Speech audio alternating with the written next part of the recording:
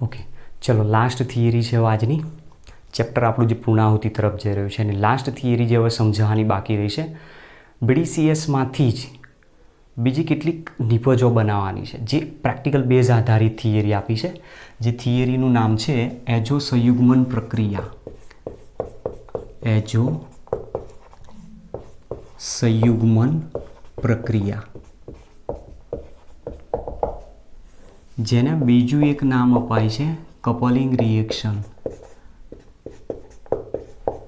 Coupling reaction, ઇંગ્લિશમાં coupling reaction તરીકે ઓળખાય છે. અને પ્રેક્ટિકલી જ્યારે આને ઓળખવાનું હોય તેને કહેવાય છે એઝોડાઇટેસ્ટ. એઝોડાઇટેસ્ટ તરીકે એને ઓળખવામાં આવે છે. બરાબર, સમજો હવે આમાં શું આપેલું છે. તો સૌથી પહેલાં આપણે એનિલિન લેવાનું. એનિલિનનું HClમાં દ્રાવણ બનાવો. સોડિયમ નાઇટ્રાઇટ HClમાં દ્રાવણ બનાવો. બરફના ટુકડા લો, વોટર બાથમાં મૂકો, વચ્ચે બીકર મૂકી દો અથવા ટેસ્ટ ટ્યુબ મૂકો અને પેલા બંને એનિલિન અને સોડિયમ નાઇટ્રાઇટના દ્રાવણને ભેગા કરી દો એટલે શું બની જશે? BDCS. હવે આ જે BDCS છે એ BDCSનું તાજું બનાવેલું દ્રાવણ વાપરવાનું છે. ક્યારે આનો યુઝ કરવામાં આવે કે લેબોરેટરીમાં તમને કોઈક પ્રાથમિક એરોમેટિક એમાઇન આપેલો છે પ્રેક્ટિકલની એક્ઝામમાં અને તમે બતાવો એટલે સુપરવાઇઝર તરત જ કહેશે કે તમે આ પ્રેક્ટિકલ કર્યું છે, કમ્પ્લીટ છે, પરફેક્ટ છે, હવે એનો ખાલી તમે કોઈ કન્ફર્મેટિવ ટેસ્ટ બતાવો. તો એરોમેટિક એમાઇનનો કન્ફર્મેટિવ ટેસ્ટ માટે તમારે હંમેશા એઝોડાઇટ ટેસ્ટ ત્યાં વપરાતો હોય. તો એઝોડાઇટ ટેસ્ટ બનાવવા માટે શું કરવાનું? તો અલગ અલગ સંયોજનોનો ઉપયોગ કરવાનો. આ દ્રાવણ તો ખરું, એ સિવાય અલગ અલગ સંયોજનો વાપરવાના હોય. એ અલગ અલગ સંયોજનો વાપરવા માટે કયું સંયોજન યુઝ કરવાનું છે એ પણ સમજો. બરાબર, અહીંયા સમજવાનો પ્રયત્ન કરીએ. ટેમ્પરેચર અહીંયા કેટલું મેન્ટેન રાખવાનું છે? 0 થી 5 ડિગ્રી સેન્ટીગ્રેડ. ટેમ્પરેચર અહીંયા બદલાવવું જોઈએ નહીં. તો સૌથી પહેલાં આમાં દ્રાવણ વાપરવાનું છે ફિનોલનું દ્રાવણ. ફિનોલ છે તો એરોમેટિક રિંગ ઉપર આવે OH. ફિનોલનું દ્રાવણ હંમેશા શેમાં બને? બેઝ NaOHમાં દ્રાવ્ય થઈ જશે. ત્યાર પછી બીજી પ્રક્રિયા બતાવવાની બીટા નેપ્થોલ સાથે. બીટા નેપ્થોલ એટલે આને કહેવાય બીટા નેપ્થોલ. બીટા નેપ્થોલ પણ NaOHમાં દ્રાવણ બનશે. કઈ રીતે બીટા નેપ્થોલ કીધો? તો આને તમે જુઓ, આપણી પાસે આ રીતનું એરોમેટિક સંયોજન છે જેને આપણે નેપ્થેલિન કહીએ. એ નેપ્થેલિનના આ બે કાર્બન જે શરૂઆતના છે, ઉપરના અથવા નીચેના, એને આલ્ફા કાર્બન કહેવાય. એના પડોશીઓ એને બીટા કાર્બન કહેવાય. Gamma delta. આ કાર્બન ઉપર જોડાયો OH એટલે એને કહેવાય બીટા નેપ્થોલ. હવે આને જો અહીંયાથી હટાવી દઉં તો ફિનોલિક સંયોજન જ છે આ. તો ફિનોલ NaOHમાં દ્રાવ્ય થાય. ત્રીજી પ્રક્રિયા દર્શાવવાની છે એનિલિન. એનિલિન બેઝ છે, એમાઇન છે, તો એમાઇનનું દ્રાવણ શેમાં બનતું હોય છે? હંમેશા HClમાં. અને ચોથી પ્રક્રિયા દર્શાવવાની NN ડાયમિથાઇલ એનિલિન સાથે. NN ડાયમિથાઇલ એનિલિન સાથે. તો આ પણ એનિલિનનો જ ભાગ છે, તો એનું પણ દ્રાવણ બનાવવાનું HClમાં. હવે શું કરવાનું? ધ્યાનથી સમજો. આપણી પાસે આ ક્રિયાશીલ સમૂહ છે જેમાં શું કીધું? એઝો સંયુગ્મન. સંયુગ્મન એટલે કપલિંગ. કપલિંગ કોના દ્વારા બતાવવાનું કહે છે? એઝો ગ્રુપ દ્વારા. મતલબ આ ક્રિયાશીલ સમૂહ અહીંયાથી દૂર થવો જોઈએ નહીં. ખાલી દૂર કોણ થશે? ક્લોરિન. હવે જેટલા પણ સંયોજનો આપે એમાં રહેલો જે ક્રિયાશીલ સમૂહ છે એ ઇલેક્ટ્રોન દાતા છે. બરાબર, એટલે ધ્યાન રાખજો. આ જે આપેલા છે ઇલેક્ટ્રોન વિડ્રોઈંગ ગ્રુપ આપેલા છે. ઇલેક્ટ્રોન વિડ્રોઈંગ ગ્રુપ જો હોય તો એ ઓર્થોપેરા નિર્દેશક અસર બતાવે. ઓર્થોપેરા નિર્દેશક અસર હોય તો મેઇન પ્રોડક્ટ પેરા સ્થાન ઉપર જ આપે. તો નિપજ જ્યારે બનશે ત્યારે અહીંયા પેરા સ્થાન ઉપર પ્રક્રિયા થશે. એ જ પ્રમાણે એનિલિનના પેરા સ્થાન ઉપર, આના પેરા સ્થાન ઉપર. હવે આને કઈ રીતે યાદ રાખવાનું? બીટા નેપ્થોલને. બીટા નેપ્થોલમાં પેરા સ્થાન ઉપર પ્રક્રિયા કઈ રીતે થશે? તો બીટા નેપ્થોલમાં દરેકમાં તમે જુઓ આ ક્રિયાશીલ સમૂહ, એનો સામેનો કાર્બન, ક્રિયાશીલ સમૂહ એનો સામેનો કાર્બન, ક્રિયાશીલ સમૂહ એનો સામેનો કાર્બન. તો અહીંયા પણ તમે આ રીતે યાદ રાખી શકો છો. બરાબર, આમાં ઓર્થોપેરા ખબર ના પડે આપણને. તો આ ક્રિયાશીલ સમૂહ એનો બિલકુલ સામેનો જે કાર્બન છે એ કાર્બન ઉપરથી પ્રક્રિયા બતાવવાની. તો દરેકે દરેક કાર્બન જે બતાવ્યો ત્યાં હાઇડ્રોજન હોય અને અહીંયા ક્લોરિન છે. તો મતલબ દરેકમાંથી શું દૂર કરશે? HCl દૂર કરાવી દેશે. અને HCl દૂર થયા બાદ જે કાર્બન પરથી હાઇડ્રોજન દૂર થાય એ આની સાથે જોડાશે, કપલિંગ રિએક્શન કરશે. તો સંયોજન જે બનશે એ સંયોજન આ રીતે આવશે. એરોમેટિક રિંગ C6H5, બાકી રહ્યો એ N ડબલ બોન્ડ N અને અહીંયાથી આ કાર્બન જોડાય તો એરોમેટિક રિંગ આડી કરી દો આની આ રીતે C6H5 અને પેરા સ્થાન અહીંયા છે ત્યાં OH.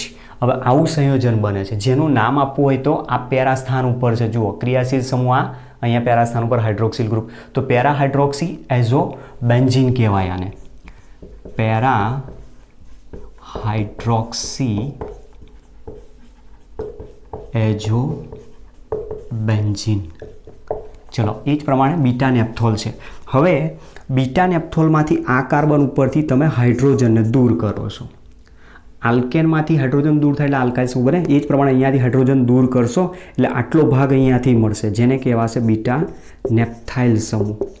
અને એ બીટા નેપ્થાઇલ સમૂહ અહીંયા જોડાશે તો નિપજ આપશે આ રીતે C6H5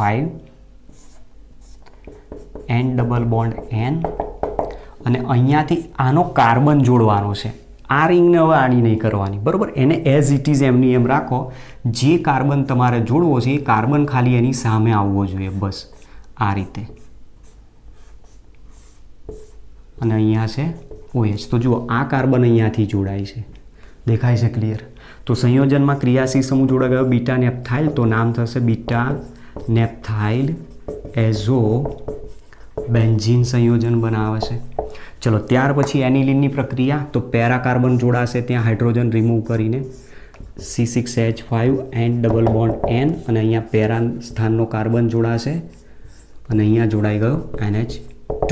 અહીંયા OH હતો તો પેરા હાઇડ્રોક્સી શબ્દ વાપર્યો, અહીંયા NH2 છે તો એમિનો ગ્રુપ આપ્યો છે તો નામ થશે આનું para amino azo benzene. Para amino azo benzene કહેવામાં. ચલો ત્યાર પછી એને ડાયમિથાઇલ એનિલિનની પ્રક્રિયા, એનો પણ પેરા સ્થાન ઉપરથી કાર્બન હાઇડ્રોજન દૂર કરશે અને એઝો ગ્રુપ સાથે કપલિંગ રિએક્શન બતાવશે. તો સંયોજન નિપજ આ રીતે આવશે NCH3CH3. તો તમે જુઓ પહેલાં અહીંયા એઝો benzene para amino azo benzene હતો, હવે એમાં બે મિથાઇલ સમૂહ જોડાઈ ગયા તો આને કહેવાશે NN ડાયમિથાઇલ. ચલો તો પહેલાં એને લખવું પડશે NN ડાયમિથાઇલ. બાકીનો ભાગ આખો તમે જુઓ એઝ ઇટ ઇઝ છે આખો, જે ઉપર જોડાયો છે એ જ પ્રમાણે, એટલા માટે એને નામ લખીશું પેરા એમિનો એઝો બેન્ઝીન. તો આ રીતનું સંયોજન મળતું હોય. હવે આ જે સંયોજનો બન્યા એ જ પ્રક્રિયાઓ બધી શું કહેવાય, એઝો સંયુગ્મન પ્રક્રિયા, એઝો કપલિંગ રિએક્શન. તો મતલબ આને એઝો કપલિંગ રિએક્શન તરીકે પણ આપણે નામ આપી શકીએ છીએ. એઝો કપલિંગ રિએક્શન. પણ બીજો એક શબ્દ મેં અહીંયા વાપર્યો છે એઝો ડાય ટેસ્ટ. અહીંયા એક ડાય શબ્દ વાપર્યો. ડાય એક ચોક્કસ રંગ બતાવતો હોય. સૌથી ઇમ્પોર્ટન્ટ ટોપિક આ છે કે જે સંયોજનો બન્યા એ સંયોજનનો રંગ શું હશે, એ રંગ તમે જો સાચો લખ્યો તો રિએક્શન સાચી. ચોપડીની અંદર આપણને બે જ રિએક્શન આપેલી છે, અહીંયા મેં 4 લખી છે. તમારે પરીક્ષામાં પૂછાય 2 જ લખવાની, 4 લખવાની કોઈ જરૂર નથી. પણ ક્યાંક તમને આના MCQ મળી જશે એના રંગ અને એના નામ વિશે. તો પ્રશ્ન પૂછેલો હશે કે બેન્ઝીન ડાયઝોનિયમ ક્લોરાઇડ ક્ષારની એનિલિન સાથે પ્રક્રિયા કરતાં કયું સંયોજન મળે છે તેનું નામ અને રંગ દર્શાવો. તો તમને આ વસ્તુ ખબર હોવી જોઈએ. હવે રંગ કોનો કયો આવે છે તો પેરા હાઇડ્રોક્સી એઝો બેન્ઝીન છે એનો નારંગી રંગ દર્શાવે છે. બીટા નેપ્થાઇલ એઝો બેન્ઝીન છે લાલ રંગ દર્શાવે છે. પેરા એમિનો એઝો બેન્ઝીન છે આછો પીળો રંગ દર્શાવે છે. અને NN dimethyl para amino azo benzene છે ઘેરો પીળો રંગ દર્શાવે છે. હવે આ જે રંગ દર્શાવ્યો, રંગ સૌથી ઇમ્પોર્ટન્ટ છે, યાદ રાખો. રંગ કઈ રીતે યાદ રાખવાનો, તો આ સેન્ટેન્સ યાદ રાખો. નાલા આપી ઘેરો પીળો. ખ્યાલ આવે છે? નાલા આપી ઘેરો પીળો મતલબ ક્યારે એ તમે લખી શકશો, એમાં સૌથી પહેલો મેં વર્ડ અહીંયાથી ઉઠાવ્યો છે. જુઓ, નાલા આપી ઘેરો પીળો. પણ એ ક્યારે તમે યાદ રાખી શકશો, આનો ક્રમ જો હશે વ્યવસ્થિત તો જ.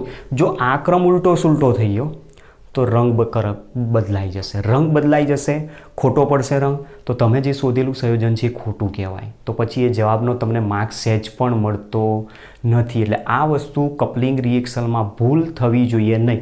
અને ઘણી વખત સ્ટુડન્ટ શું કરે છે, આ જે બંધ બનાવવાનો હોય છે એ બંધ અહીંયા બનાવી દે છે. એરોમેટિક રિંગના બંધને, બંધ જોડે બંધ બનેલા કોઈ દિવસ ના બને. કાર્બન અહીંયાથી હાઇડ્રોજન દૂર કરે છે તો એ કાર્બન સાથે બંધ બનાવવાનો, આ ભૂલ ના થવી જોઈએ. તો આ પ્રમાણેની આપણી જે લાસ્ટ થિયરી આપેલી હતી એ બેન્ઝીન ડાયોઝોનિયમ ક્ષાર સાથેની ડાયએઝો ટેસ્ટ માટેની પ્રક્રિયા, મતલબ એઝો કપલિંગ રિએક્શન તરીકે જેને ઓળખવામાં આવે છે. બરાબર. તો બાકી જે ટોપિક રહ્યો છે, જે અમુક લખાણ સંબંધિત ક્વેશ્ચન છે આપણે કવર કરી લઈશું અને ત્યાર પછી આપણે જરૂર પડશે તો નવા ચેપ્ટર ઉપર. નમસ્તે વિદ્યાર્થી મિત્રો. તો નેક્સ્ટ આજે આપણે ટોપિક લઈશું આપણે ટેક્સ્ટબુકમાંથી લખાણ સંબંધિત જે પ્રશ્નો આપેલા છે એને સોલ્વ કરીએ. ચલો, તો પહેલો છે લખાણ સંબંધિત પ્રશ્ન 13.1. ક્વેશ્ચન શું છે, એનો જવાબ કઈ રીતે લાવવાનો છે એને સમજવાનો પ્રયત્ન કરીએ. જુઓ,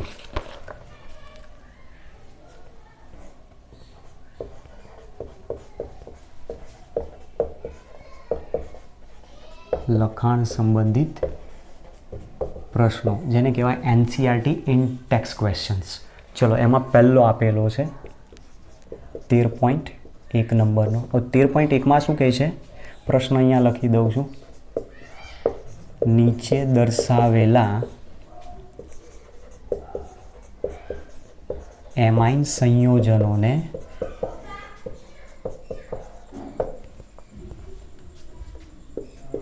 પ્રાથમિક, દ્વિતીયક અથવા તૃતીયક એમાઇન તરીકે વર્ગીકૃત કરો. બરાબર, આ રીતનું ક્વેશ્ચન આપેલો છે. જુઓ, બંધારણ આપેલા છે.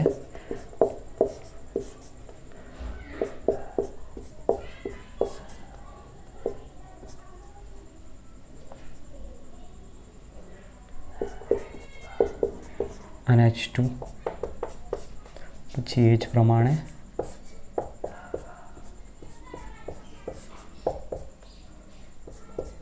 NCH3 twice. Number 3 C2H5 twice CH NH2 અને નંબર 4 C2H5 ટ્વાઇસ NH. બરાબર, આ રીતનો ક્વેશ્ચન આપેલો છે. જુઓ, હવે પ્રશ્નનો જવાબ સોલ્વ કરવા માટે આપણે ધ્યાન શું રાખવાનું, પ્રાથમિક, દ્વિતીયક અને તૃતીયકની જ્યારે વાત હોય તો કઈ રીતે શોધવાના. જો પ્રાથમિક હોય તો પ્રાથમિક શેના ઉપરથી નક્કી કરો, NH2 ઉપરથી. દ્વિતીયક હોય તો NH જુઓ. બરાબર, આ વસ્તુ ધ્યાન રાખવાની છે. તૃતીયક જો હોય તો એમાં ખાલી નાઇટ્રોજન ચેક કરી લો. હવે એ પ્રમાણે જુઓ, અહીંયા આપેલો છે NH2 હોય તો એ કયો કહેવાય, પ્રાથમિક, મતલબ આ જે એમાઇન આપે પ્રાથમિક આપેલો છે. હવે અહીંયા શું છે, ખાલી નાઇટ્રોજન છે. ખાલી નાઇટ્રોજન હોય તો એને કહેવાય તૃતીયક. અહીંયા આપેલો છે NH2 મતલબ પ્રાથમિક, અહીંયા આપેલો છે NH મતલબ આપેલો છે સેકન્ડ. બરાબર, તો એકદમ ઇઝીલી ક્વેશ્ચન આપેલો છે. ચલો, ત્યાર પછીનો ક્વેશ્ચન જે આપ્યો છે મોસ્ટ ટાઈમલી ક્વેશ્ચન છે. Question number 2. તમારી બોર્ડની એક્ઝામ માટે એક ક્વેશ્ચનને તૈયારી રાખજો. MCQ પણ પૂછી નાખે, શોર્ટ ક્વેશ્ચન 2 માર્ક્સમાં પણ પૂછી નાખે, અથવા તો પછી આખો ક્વેશ્ચન થિયરી બેઝ પૂછવું હોય તો પણ પૂછી શકે છે. 4 માર્ક્સમાં પૂછાય છે આમાંથી. ચલો, 13.2 ક્વેશ્ચન આપ્યો છે. નંબર 1, આણ્વીય સૂત્ર C4H11N વાળા જુદા જુદા સમઘટકીય એમાઇન સંયોજનોના બંધારણો લખો. તો મતલબ સૌથી પહેલાં તો એના બંધારણ બતાવવાના, જેટલા સંઘટક મળતા હોય. ઓલરેડી ક્વેશ્ચન આગળ આવી ગયેલો છે નામકરણમાં, પણ આપણે અહીંયા અલગથી લઈએ છીએ આને. આ બધા સમઘટકોના IUPAC નામ લખો. મતલબ બંધારણ લખવાના અને પછી એનું IUPAC નામ લખવાનું. અને ત્રીજો આન્સર માગે છે એમાઇન સંયોજનોની જુદી જુદી જોડીઓ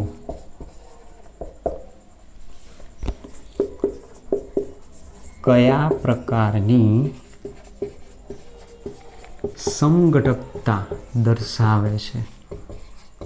ચલો, એક આ ઇમ્પોર્ટન્ટ ક્વેશ્ચન આવી ગયો આપણી માટે, સમઘટકતાનો પ્રશ્ન છે. ચલો સમજીએ. જુઓ, સૌથી પહેલાં તેના ઉદાહરણ તો પહેલાં લખીએ.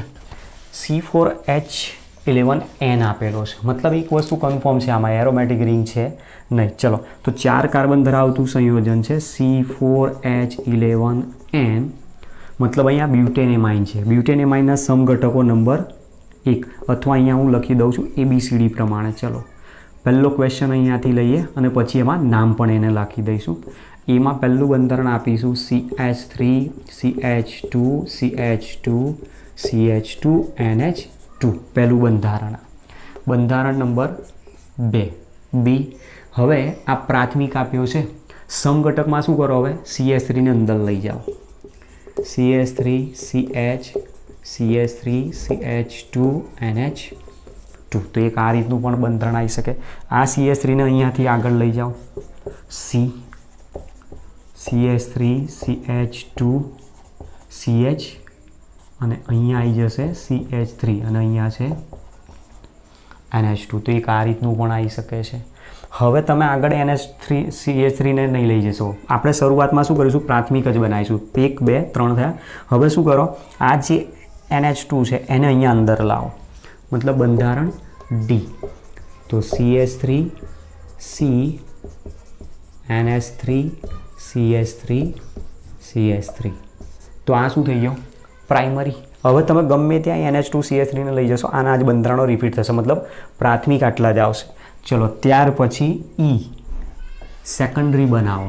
4 કાર્બન ધરાવતું સંયોજન CH3 NH CH3 CH2 CH2 CH3. એક બંધારણ આ રીતે પણ આવે. F આ CH3 ને અહીંયા શૃંખલામાં ગોઠવી દો, શાખામાં. CH3 NH CH CH3 CH3. G secondary તો બની ગયા બધા સેકન્ડરી. હવે બીજો કોઈ આવશે? હા, તો સેકન્ડરીમાં શું કરો? એક આલ્કાઇલ સમૂહ છે ને અહીંયા લાવી દો, તો બંને બાજુ સરખા alkyl. CH3 CH2 NH CH2 CH3. ત્યાર પછી H. યાદ કરો, સમઘટકતાના પ્રશ્નમાં આપણે IUPAC નામકરણમાં બતાવેલું છે. ટોટલ 8 સમઘટકો છે. પ્રાથમિક સમઘટકો 4, દ્વિતીયક 3 અને તૃતીયક 1 આવશે. તૃતીયક માટે બંધારણ આવશે CH3 N CH3 અને અહીંયા ગોઠવી દઈએ CH2 CH3. ચલો, તો સૌથી પહેલાં શું કરું છું? પ્રકાર લખી દઉં છું. પછી આપણે બીજો આન્સર લઈએ. તો પહેલો આન્સર આપણો આ છે. બંધારણો લખો એવું કીધું. આ આપેલું છે પ્રાથમિક અને આ પણ છે પ્રાથમિક. જ્યારે આ દર્શાયા દ્વિતીયક અને આ છે તૃતીયક પ્રકારનો એમાઇન. ચલો, હવે IUPAC નામ લખું છું. IUPAC નામમાં NH2 નો ક્રમ અહીંયા આપવો પડશે. લાંબી શૃંખલા 4 કાર્બન છે એટલે. તો બ્યુટેન એમાઇન છે, એમાં પહેલા નંબર ઉપર છે, તો નામ થશે આનું બ્યુટેન 1 એમાઇન. ચલો, એ જ પ્રમાણે આમાં બીમાં લઈએ. લાંબી શૃંખલા 3 કાર્બન, નંબરિંગ અહીંયાથી સ્ટાર્ટ થશે. આ વિસ્થાપિત સમૂહ મળ્યો. તો વિસ્થાપિત સમૂહ બીજા નંબર ઉપર છે, તો 2 મિથાઇલ પ્રોપેન 1 એમાઇન કહેવાશે આનું IUPAC નામ. ચલો, ત્યાર પછી આમાં લાંબી શૃંખલા 4 કાર્બન, તો નંબરિંગ અહીંયાથી સ્ટાર્ટ થશે, ઓછો નંબર અહીંયાથી આવે છે. તો બીજા નંબર ઉપર છે મૂળ એમાઇન બ્યુટેન એમાઇન, બીજા નંબર પર છે તો બ્યુટેન 2 એમાઇન. ચલો, એ જ પ્રમાણે આમાં લાંબી શૃંખલા 3 કાર્બન, એમાં વિસ્થાપિત સમૂહ ગમે ત્યાંથી નંબર આપો, એક સરખો ક્રમ આવે છે, તો નામ થશે 2 મિથાઇલ. 3 કાર્બન ધરાવતો પ્રોપેન એમાઇન છે, તો પ્રોપેન 2 એમાઇન સંયોજન છે. ચલો ત્યાર પછી આમાં હવે આની અંદર લાંબી શૃંખલા 3 કાર્બન ધરાવતી તો મુખ્ય એમાઇન ગણવાનો, બાકીનાને વિસ્થાપિત સમૂહ ગણી લો. તો નંબરિંગ સ્ટાર્ટ કરો અહીંયાથી 1 2 3. પહેલા નંબર ઉપર છે એન મિથાઇલ, તો 3 કાર્બન એટલે પ્રોપેન 1 એમાઇન, તો પહેલું નામ લખાશે એન મિથાઇલ પ્રોપેન 1 એમાઇન. ચલો એ જ પ્રમાણે આમાં હજુ પણ અહીંયા લાંબી શૃંખલા 3 કાર્બન છે, નંબર અહીંયાથી આપી દો. તો બીજા નંબર ઉપર છે આ એન મિથાઇલ પ્રોપેન 2 એમાઇન તરીકે આને ગણવામાં આવે. ચલો ત્યાર પછી આમાં બંને બાજુ સરખા છે તો કોઈ એકને વિસ્થાપિત સમૂહ લઈ લો ને બીજાને એમાઇન કહી દો, તો નામ થશે એન ઇથાઇલ ઇથેન એમાઇન. તો આનું સેકન્ડરીનું આયુર્વેદ. ટર્સરીનું નામ માટે, ટર્સરીના નામ માટે 3 અલગ અલગ હોય તો જેમાં લાંબી શૃંખલા હોય વધારે કાર્બન એને મુખ્ય એમાઇન કહી દો, બાકીના બેને એન વિસ્થાપિત ક્રિયાશીલ સમૂહ, તો નામ થશે એન ડાય મિથાઇલ ઇથેન એમાઇન. તો આ આન્સર નંબર 2 જે બ્લુ કલરથી લખ્યું બરાબર. બીજો આન્સર આવ્યો બધા સમઘટકોના આયુર્વેદ નામ લખો. હવે કીધું આ એમાઇન કઈ જોડીઓ કઈ સમઘટકતા બતા, તો સમઘટકતાઓ દર્શાવવાની છે. સમઘટકતામાં પહેલી લઈશું શૃંખલા સમઘટકતા. તો શૃંખલા સમઘટકતા અહીંયાથી કોણ બતાવે છે તો એ પણ જુઓ. શૃંખલા સમઘટકતામાં શું હોય, પેરેન્ટ ચેન અલગ અલગ હોય, અણુસૂત્ર તો સમાન છે, બંધારણીય સૂત્રો અલગ અલગ હશે, ક્રિયાશીલ સમૂહ સમાન હશે, પેરેન્ટ ચેન અલગ અલગ. પેરેન્ટ ચેનમાં તમે જુઓ અહીંયા 4 કાર્બન છે, અહીંયા 4 કાર્બન, અહીંયા 3 કાર્બન, અહીંયા 4 કાર્બન, અહીંયા 3 કાર્બન. તો મતલબ હું કહી શકું એ અને સી, એ અને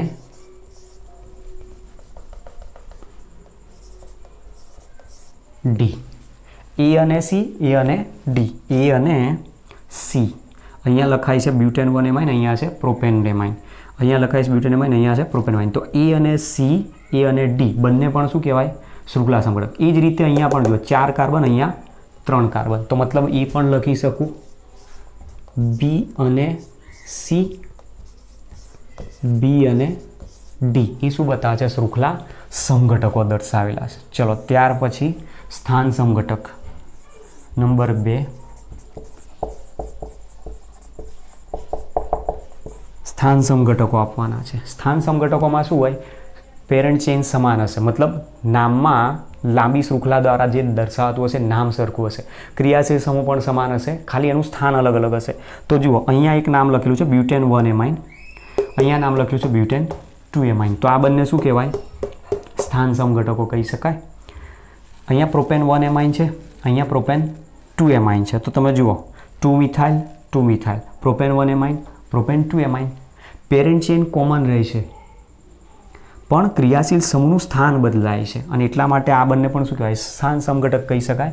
તો મતલબ એ અને સી, સી અને ડી. એ જ પ્રમાણે આમાં પણ છે જુઓ પ્રોપેન 1 એમાઇન, પ્રોપેન 2 એમાઇન, તો મતલબ ઈ અને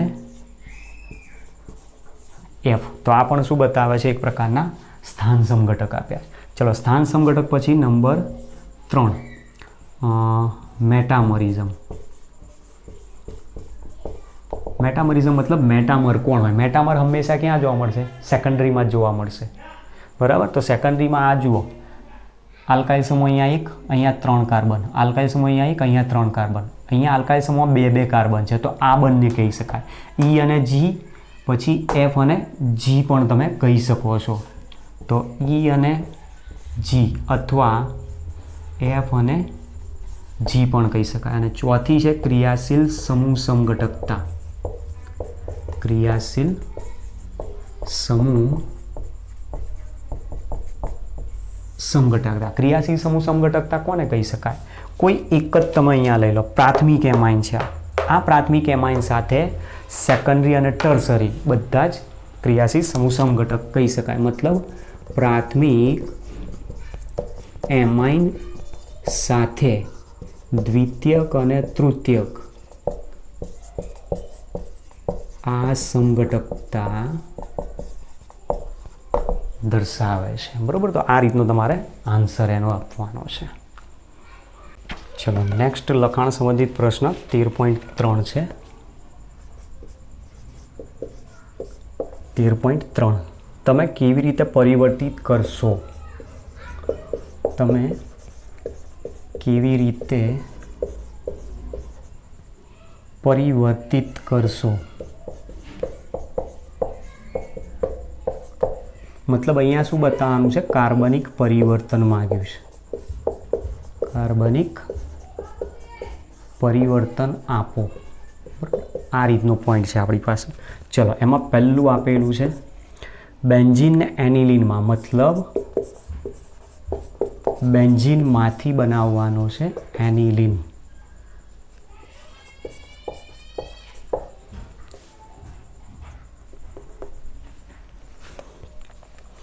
ચલો ત્યાર પછી બીજા નંબરમાં છે બેન્ઝીનમાંથી એને ડાયમિથાઇલ એનિલીન. બેન્ઝીનમાંથી NN ડાયમિથાઇલ એનિલીન. અને થર્ડ રિએક્શન આ માગી છે Cl CH2 4 times Cl અને એમાંથી બનાવવાનો કીધો છે હેક્સેન 1,6 ડાય એમાઇન.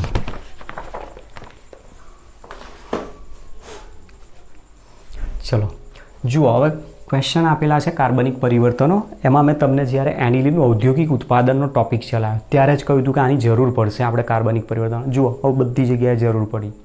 તમને યાદ કરાવું છું કઈ કઈ જગ્યાએ શેની જરૂર છે. જુઓ સૌથી પહેલાં બેન્ઝીનમાંથી એનિલીન કીધું છે.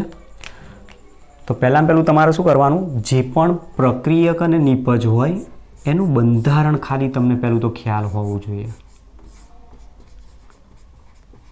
ચલો ક્લિયર. હવે પ્રશ્નને ઉલટું વિચારીને આવો. કાર્બનિક પરિવર્તનમાં ઉલટો વિચાર કરશો તો જલ્દી જવાબ મળશે તમને. ખ્યાલ આવે છે? સમજો એનિલીન છે. એનિલીન આપણે કઈથી બનાવ્યો? ઔદ્યોગિક ઉત્પાદનમાં. વિચારો એનિલીન બનાવ્યો શેમાંથી? ક્લોરોબેન્ઝીન અને નાઇટ્રોબેન્ઝીનમાંથી. તો હવે નાઇટ્રોબેન્ઝીન અને ક્લોરોબેન્ઝીન શેમાંથી બને? બેન્ઝીનમાંથી. ખ્યાલ આવે છે? એનિલીન બનાવવા માટે આપણે ઉપયોગ કર્યો નાઇટ્રોબેન્ઝીન અને ક્લોરોબેન્ઝીન. ક્લોરોબેન્ઝીન અને નાઇટ્રોબેન્ઝીન બનાવવા કોનો ઉપયોગ થાય? બેન્ઝીનનો ઉપયોગ થાય. બેન્ઝીનનું ક્લોરિનેશન કરાવો ક્લોરોબેન્ઝીન, બેન્ઝીનનું નાઇટ્રેશન કરાવો નાઇટ્રોબેન્ઝીન બને અને પછી એમોનોલિસિસની બધી રિડક્શન પ્રક્રિયા દ્વારા બનાવી શકો. ચલો બધી રિએક્શન અહીંયાથી ચેક કરીએ. સૌથી પહેલાં બેન્ઝીન છે.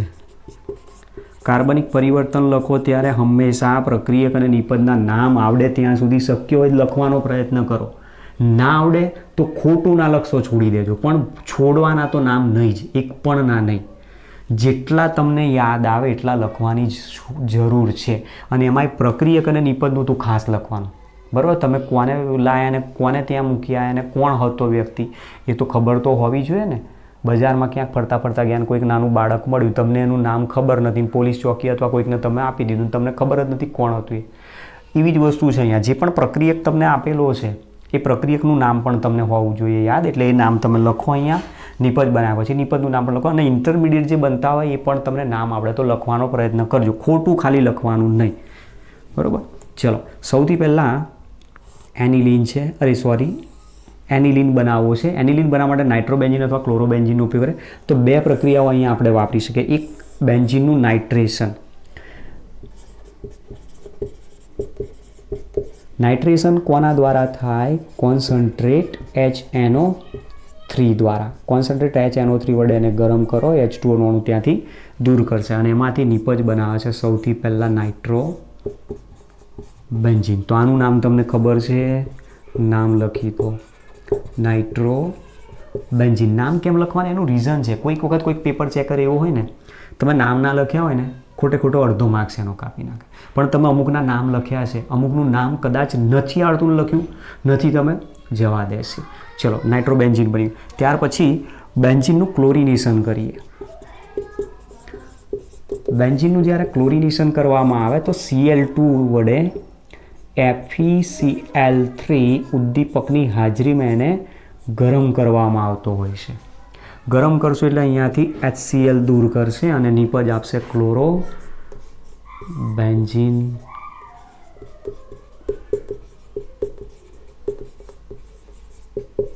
ચલો હવે આમાંથી તો એનિલિન આપણે બનાવ્યો તો એનો યુઝ કરી શકીએ છીએ. નાઇટ્રોબેન્ઝીનમાંથી આપણે એનિલિન બનાવવા માટે 2 મેથડ બતાવી હતી, બરાબર.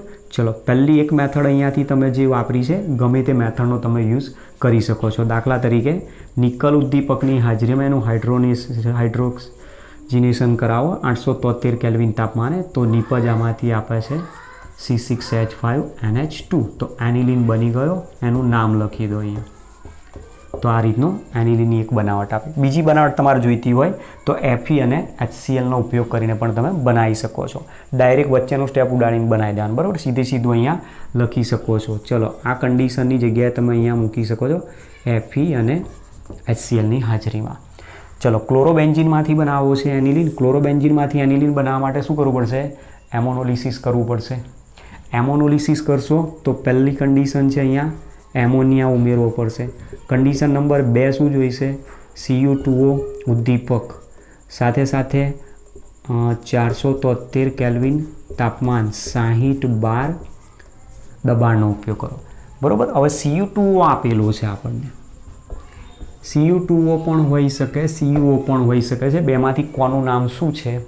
જવાબ શોધી રાખજો, બરાબર. જવાબ તમને ખબર હોવો જોઈએ. એનિલિનનું ઔદ્યોગિક ઉત્પાદનમાં તમે MCQ તમને આપી દીધો હશે અને નામથી લખેલું હશે, તમે શું કરશો? શોધી રાખજો જવાબ. ચલો હવે આનું એમોનોલિસિસ કરાવશો એટલે અહીંયાથી NH4Cl છૂટો પડી જશે બાય પ્રોડક્ટ છેલ્લે અને નીપજ આપે છે એનિલિન NH2 તરીકે.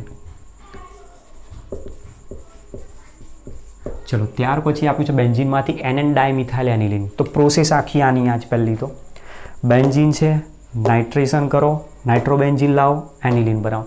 બેન્ઝીન ક્લોરિનેશન કરાવો, ક્લોરોબેન્ઝીન કરો, એમોનોલિસિસ પ્રક્રિયાથી એનિલિન બનાવો અને એના પછી NN ડાયમિથાઇલ એનિલિન લાવવાનું, મતલબ 2 આલ્કાઇલ સમૂહ લાવવાના છે. તો એમાઇન એનું આલ્કાઇલેશન કરી નાખો અથવા હોફમેન એમોનોલિસિસ પ્રક્રિયા છે એના દ્વારા તમે CH3I 2 મોલ વાપરીને નિપજ બનાવી શકો. ચલો તો એ રીતે પ્રક્રિયા બતાવીએ. અહીંયા કોઈ પણ એક જ રિએક્શન આપણે વાપરીશું અને હું શક્ય હોય ત્યાં સુધી ક્લોરિનેશનની પ્રક્રિયા રાખીશ જેથી આપણને ઇઝીલી કન્ડિશન એની યાદ રહી જાય. તો બેન્ઝીનનું ક્લોરિનેશન છે. ક્લોરિનેશન માટે Cl2 FeCl3 ઉદ્દીપકની હાજરીમાં પ્રક્રિયા, એને હીટ આપો -HCl તો પહેલી પ્રોડક્ટ બનાવશે ક્લોરોબેન્ઝીન. પ્રક્રિયક છે બેન્ઝીન, પહેલી પ્રોડક્ટ બની ક્લોરોબેન્ઝીન. ક્લોરોબેન્ઝીનનું ત્યાર પછી એમોનોલિસિસ કરીશું તો એમોનિયા. બીજી કન્ડિશન Cu2O ઉદ્દીપકની હાજરીમાં 473 કેલ્વિન તાપમાને 60 બાર દબાણે તો પહેલી નિપજ મળે છે C6H5NH2 એનિલિન બનાવે છે, બરાબર. આ રિએક્શનને આપણે પછી સમજીએ, પહેલાં એને કમ્પ્લીટ કરીએ અને હટાવી દઉં છું હમણાં. હવે જે એનિલિન બન્યું એનિલિનમાં લાવવાના છે 2 મિથાઇલ સમૂહ. 2 મિથાઇલ સમૂહ લાવવા માટે અહીંયા 2 વખત વિસ્થાપન પ્રક્રિયા આપવી પડશે આલ્કાઇલ હેલાઇડ દ્વારા. તો કેટલા મોલ લઈ લો? ડાયરેક્ટ એક સ્ટેપ ઓછું કરવા 2 મોલ CH3I લઈ લો તો 2 મોલ HI છૂટા પડી જશે અને એમાંથી નિપજ આપશે NCH3 જેને કહીએ છીએ NN ડાયમિથાઇલ એનિલિન, બરાબર. આ રીતની રિએક્શન છે. ચલો ત્યાર પછી ત્રીજો જે ક્વેશ્ચન છે આપણો, ક્વેશ્ચન નંબર 3. ત્રીજો જે ક્વેશ્ચન હતો એ આ રીતનું છે. CH2 4 ટાઈમ્સ Cl માંથી હેક્ઝેન 16 ડાય એમાઇન. તમે જુઓ અહીંયા ડાયહેલો આલ્કેન આપેલું છે, એમાં 2 કાર્બન વધારવાના. અહીંયા કાર્બન છે 4, અહીંયા કાર્બન લાવવાના 6.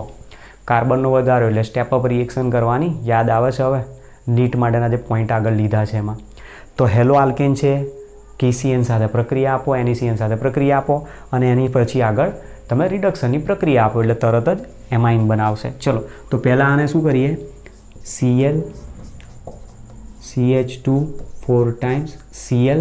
હવે આનું જો નિપજનું પ્રક્રિયકનું નામ લખવું હોય તમે નામ શું લખી શકો છો, 4 કાર્બન છે, પ્રોપેન 1,4 છે અહીંયા તો 1,4 ડાયક્લોરો 4 કાર્બન એટલે બ્યુટેન તો નામ લખશો તમે 1,4 ડાયક્લોરો બ્યુટેન સંયોજન છે અને એની સ્ટેપ અપ રિએક્શન કરવાની છે. તો કેટલા મોલ KCN વાપરો, 2 મોલ. 2 ક્લોરીન અહીંયાથી દૂર કરવાના છે તો 2 મોલ KCN સાથે પ્રક્રિયા આપો.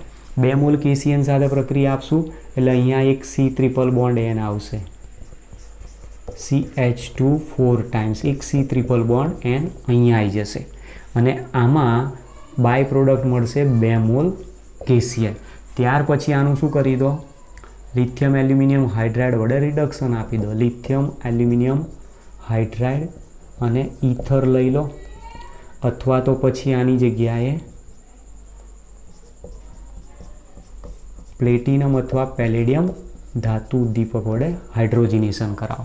તો જે સાયનાઇડ છે એ સાયનાઇડનું રિડક્શન થઈને શું બની જાય, પ્રાથમિક એમાઇન CH2 NH2 એટલે નિપજ આપશે CH2 બનશે અહીંયા અને અહીંયા આવી ગયો NH2 અને બાય જે કાર્બન હતા એ 4 અને અહીંયા છે CH2 NH2. તો આ જે સંયોજન આવ્યું એમાં તમે જુઓ 4 કાર્બન હતા, 2 કાર્બન વધી ગયા એટલે શું થઈ ગયું, સ્ટેપ અપ રિએક્શન બતાવેલી છે. તો સ્ટેપ અપ રિએક્શન દ્વારા નિપજ આપી છે અને એનું નામ હવે જ્યારે તમારે લખવું હોય તો નામ એનું શું થશે, ચલો થોડુંક અહીંયા ઉપર લખી દઉં આને.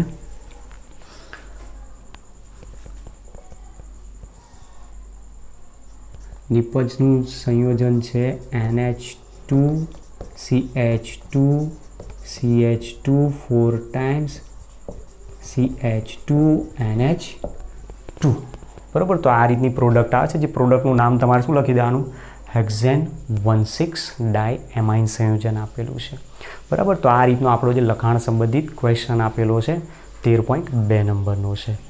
ઓકે, તો નેક્સ્ટ લેક્ચરમાં હવે આગળ નવી થિયરીથી મળીશું. Thanks to all.